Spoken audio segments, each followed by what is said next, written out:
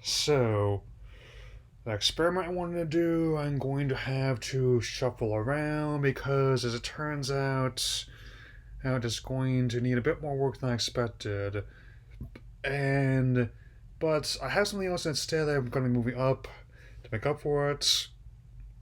And given even how long it's been, and I think it's going to be quite the ride. So I'm going to give you all my reaction and thoughts on the Red Band trailer for the reboot of the Mortal Kombat film series, which definitely looks to be quite impressive. And I'll admit that the first film in '95 was not great, but I have a soft spot for it. Or I'll admit, like the second one, not so much, but it is kind of a hilarious, kind of bad movie. I mean, and that's because of that Medic Sindel line either. Anyway, the first one's probably Anderson's best video game adaptation, which, considering the dire quality of his Resident Evil and Monster Hunter films, is actually a low bar to clear.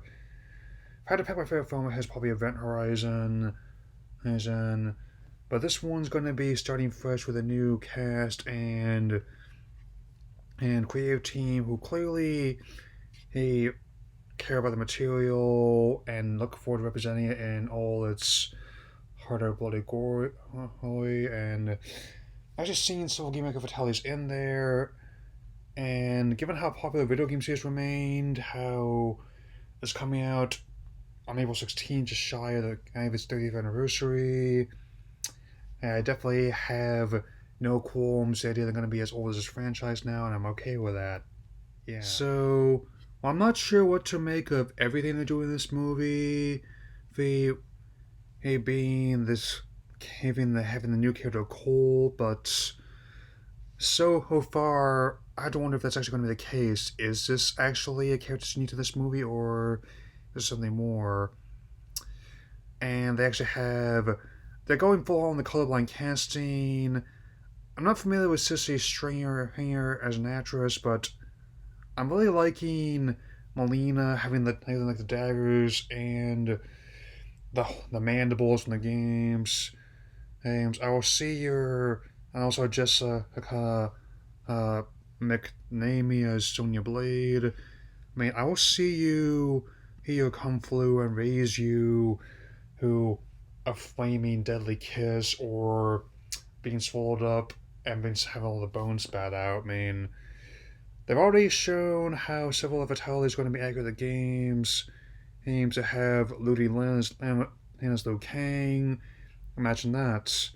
After he played Zack in the Power Rangers reboot a few years back, he's going from one '90s obsession to another '90s obsession. We have characters Shen Hong and Shang Tsung. He's not just good with calculation, he's good with fatalities. We have Joe Taslim as Sub Zero and Hiroki Sanada, always a level character actor as Scorpion. Looks like they're going with the Bai Han and Hanzo Hazashi versions of the character. They're established in the games that they're just titles as opposed to one person. And we have Max Huang as Kung Lao. Other ones we have include Daniel Nelson as Cabal. And Raiden is actually being played by an actual Japanese actor. Tadanobu Asano. And McCall Brooks as Jax. And so actually see him get his arms ripped off there and having him the whole robotic arms replacements, which actually and I think one of my favorite moment might have to be like near the end where Josh Lawson as Kano, you feckin' beauty, and once again, that's kind of neat how originally the character was conceived as Japanese American, but the Australian performance in the original movie from '95 was actually so well received, and even by the creators themselves, actually integrated it back in the games once they allowed to do so, and brought back the same actor to they originally played him to do the voice and motion capture as well, man. So definitely think I'm gonna have a lot of fun with this movie once it comes out, and much darker. And before it does, I'm probably going to be looking at like the animated Scorpion's Revenge movie, which also fits a similar pattern. that are given how there's a market for alternative animation based on games, especially with the success of Netflix's Castlevania series. I mean, so whether I end up seeing this movie in theaters, depending on whether or not it's open or people are going to be immune in April, or on HBO Max, definitely looks like something I'm going to really enjoy as a longtime fan of the games. It's definitely looking to be an entertaining film, and it's definitely clear that director Sam McQuoid, I hope I'm pronouncing that correctly, since it's basically been 10 years in the making since not only they were the rights and the series rescued by Warner Brothers, or after the movie went bankrupt, but also after the Reavis producer lost her rights. After many failed attempts to get them off the ground.